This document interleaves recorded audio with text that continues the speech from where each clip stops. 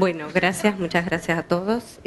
Como dijo Yamandú, a los que están acá presentes y a los que están viendo online también la charla de hoy. Yo voy a hacer una breve presentación, muy fotográfico, saqué gráficas y datos que pueden ser aburridos de la presentación, que consiste en mostrar algunas cosas de mi estudio de doctorado que se viene desarrollando ya por 2 temporadas. Elegimos este cultivo para desarrollar el estudio porque, como se viene nombrando y todos conocen, es el cultivo de soja, es un cultivo ampliamente distribuido en todo el territorio y está mayormente distribuido en el litoral oeste del país, una zona de bastante conjunción con lo que es la apicultura tradicional. Como mostraban recién en gráficos, la apicultura tradicionalmente se desarrolla bastante en esa área. El cultivo tiene una particularidad de que se autopoliniza, puede formar frutos sin la presencia de insectos, es autogamia. El polen tiene las estructuras femeninas y masculinas integradas dentro de la flor y el polen de la misma planta puede fecundar los óvulos que ella posee. Pero hay referencias en la bibliografía de que esto puede cumplirse en mejor o mayor medida dependiendo de las condiciones ambientales en donde está implantado el cultivo. Además se nombra de que los insectos polinizadores pueden mejorar hasta un 50% la producción de semillas de soja. A pesar de su autogamia, los polinizadores tendrían algún efecto en la fructificación. Estos son todos datos nacionales y desde hace algunos años yo vengo estudiando la situación para Uruguay. ¿Los polinizadores tienen incidencia o no en la fructificación de este cultivo? ¿Qué es lo que tenemos en Uruguay? Trabajamos sobre distintas variedades en algunos campos de Mendoza, Florida. Durante 2 años abordamos 2 variedades de flor violeta que aparentemente son más atractivas para la abeja. Para las abejas en general tenemos muchas especies de abeja, ahora lo vamos a ver, y otros polinizadores también. Y trabajamos sobre una variedad de flor blanca.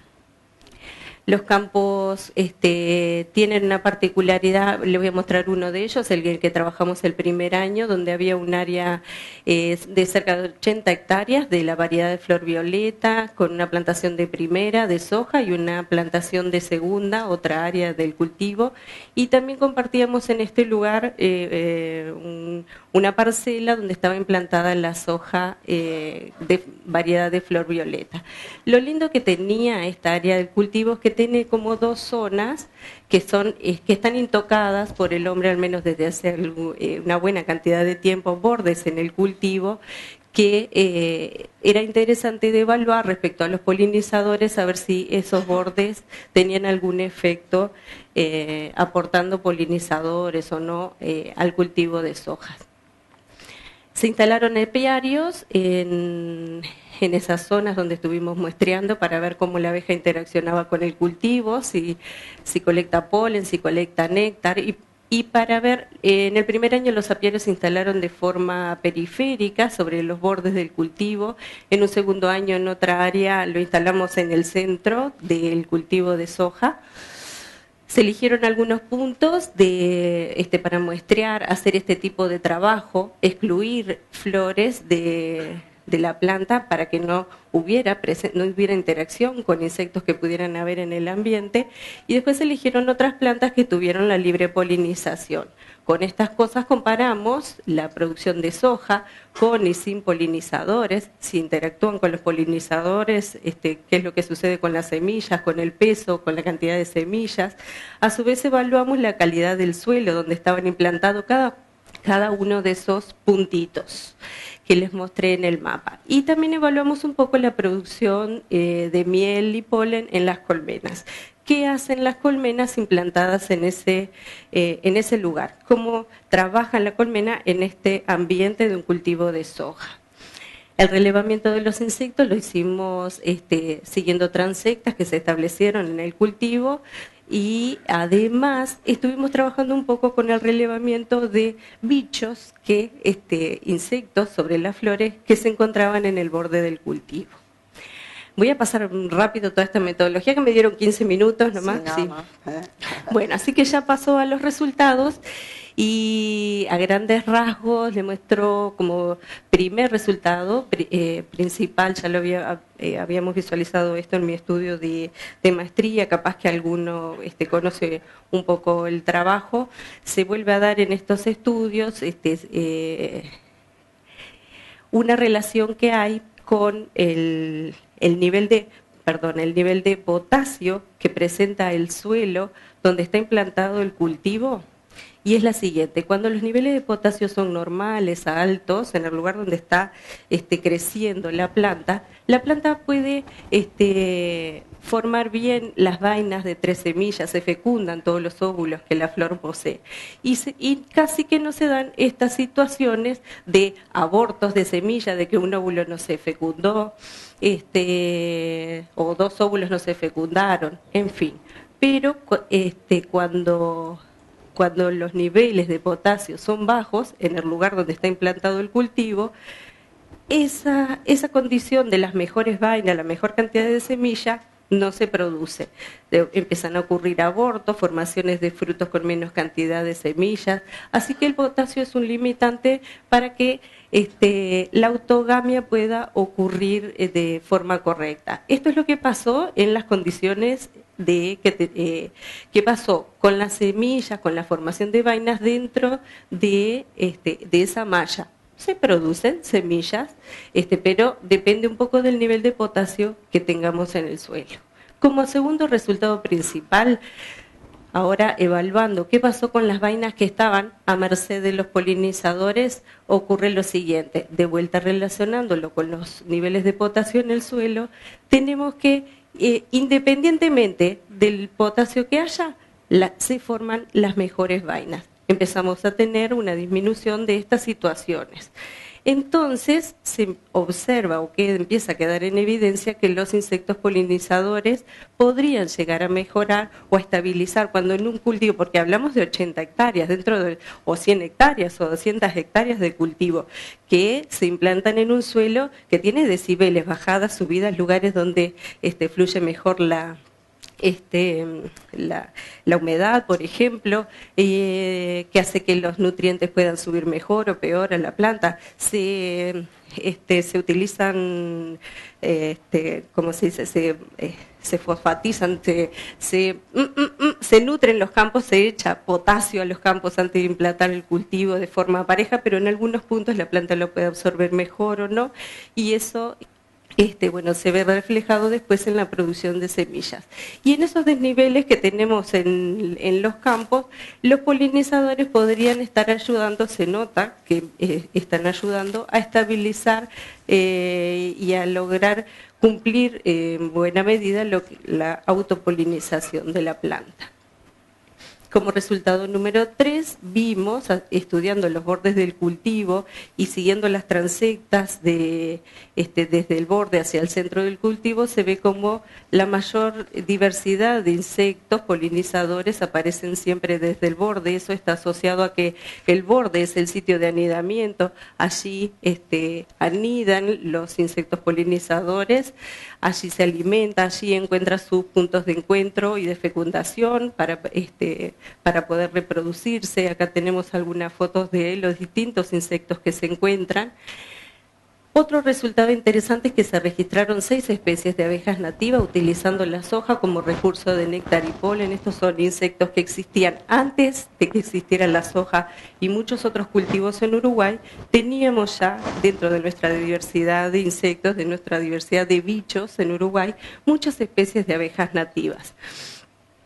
Aparece la soja en el Uruguay y vemos que varias de estas, si no están acá, otras, el listado es un poco más grande porque hicimos también algunos estudios en Soriano, en estudios anteriores, donde aparecieron otras especies más. En fin, hay especies de abejas, de nuestras abejas, que utilizan el cultivo, no solo como recurso de néctar y polen, sino que también al menos dos especies de abejas nativas, que son megaquílidos, utilizan a la soja como recurso para construir sus nidos. Hacen cortes de hojas para construir sus nidos que los apicultores los deben de conocer, deben de saber reconocer estas estructuras en los techos de las colmenas, en agujeros que tenemos en el campo, en algunos paredes viejas también se ven, pero en la polen encontrar estos niditos que son multicolores porque aparte de cortes de hoja, la abeja utiliza también pétalos de flores, entonces a veces queda esto multicolor.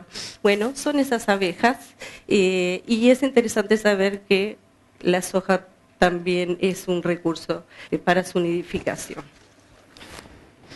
Estas son fotografías de otros insectos que interactúan con el cultivo en busca de alimento, de carbohidratos, azúcares, consumen el néctar, pero también el polen. En el caso de las abejas y algunos escarabajos aparecieron atoideos y también los trips, que se considera que participan en la polinización del cultivo. Son unos bichitos muy chiquitos, disculpen que estoy temblando. Son muy chiquitos y se consideran también polinizados, que pueden trabajar en su accionar, tratando de consumir los alimentos dentro de la flor, usan granos de polen dentro de la misma y favorecen la autopolinización de la planta. Algunas moscas también se registraron y ahí el listado es más grande, pero se movían mucho y no a todos le pudimos sacar fotos. Después, estudiando el borde del cultivo, empezamos a ver cómo los mismos insectos, muchos de los insectos que participan sobre el cultivo de soja, también utilizan recursos en el borde del cultivo, incluso la propia abeja Apis mellifera que ustedes conocen, es la que manejan los rábanos, algunas malváceas, las mentas, los cardos, la vara de oro, utilizado por la abeja bífera.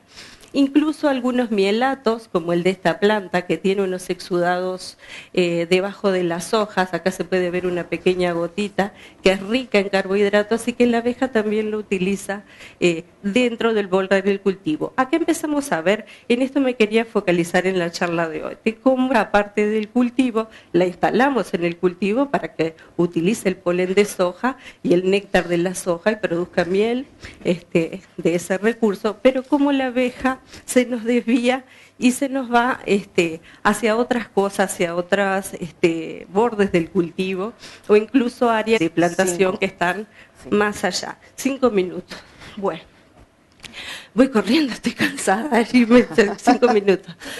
Bueno, las abejas entonces utilizan la soja. ¿Qué pasó? ¿Qué pasó como último resultado? ¿Qué pasó con las abejas melíferas que pusimos ahí? ¿Trabajaron el cultivo o no trabajaron? Juntan el néctar y el polen de soja, lo juntan con el néctar de la soja, que nunca la utilizan de forma única, nunca la miel en todos los muestreos que realizamos es unifloral, nunca es pura de soja, siempre se encuentra es una miel clara, cristaliza con facilidad y hace cristales finos.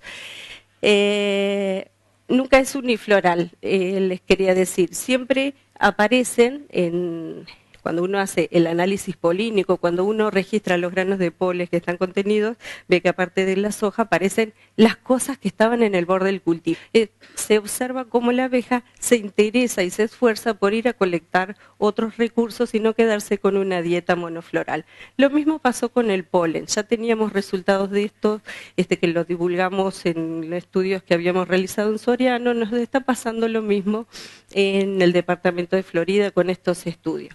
La abeja nunca colecta, nunca trabaja solo con el polen de soja. El polen de soja es de este color grisáceo, no queda bien ahí la foto, es grisáceo oscuro. Y vean cómo, aparte de esos pelotitas grisáceas, la abeja colecta otras cosas. Como novedad, vimos que en el momento que estaba vida la soja, habían implantados también cultivos de sorgo y maíz que estaban en plena floración y la abeja utiliza esos recursos como recurso de polen, los colectó en gran medida y lo que pudimos medir es que esos cultivos estaban a 2 kilómetros de distancia. En este estudio, ese dato lo sacamos cuando en el segundo año pusimos el apiario dentro de 100 o más hectáreas de soja.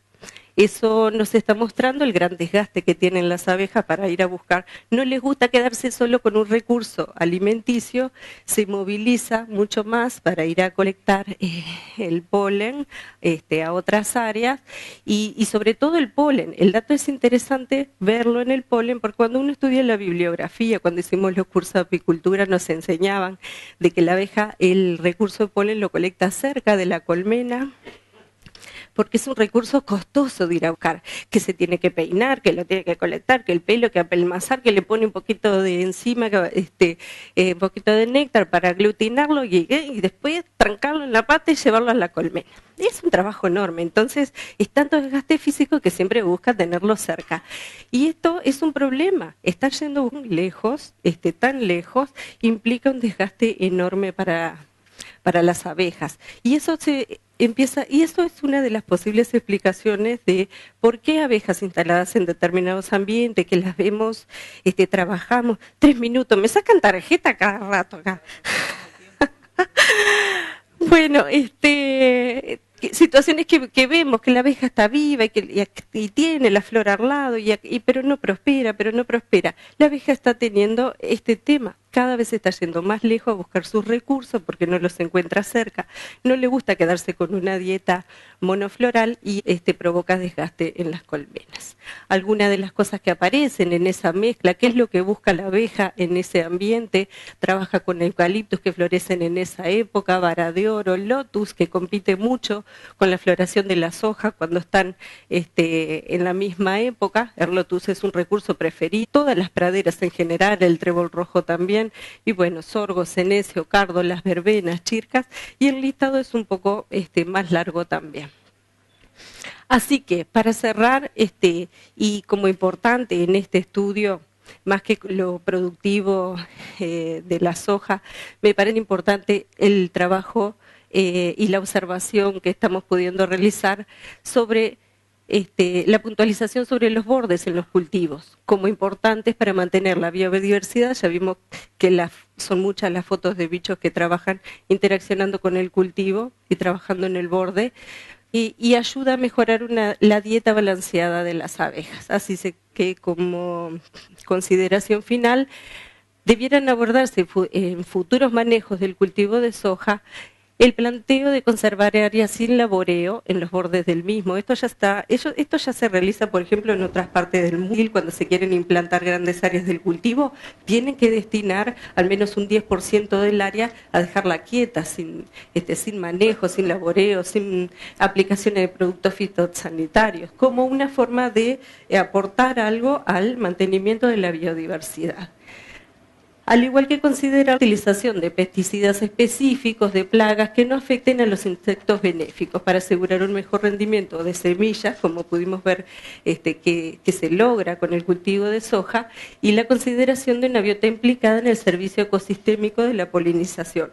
Porque muchos de esos bichos que vivimos y que los vemos interaccionando con la soja, porque es lo que tienen en su ambiente, son insectos polinizadores, muchos de ellos, importantes para otros cultivos, que si no lo consideráramos y desaparecieran de esos ambientes, veríamos en un problema para cuando quiera trabajar con la polinización del guayabo, la pitanga, el arazal, las manzanas, las cerezas, en fin, todo eso. Bueno, muchas gracias, era lo que les quería decir. Muchas gracias.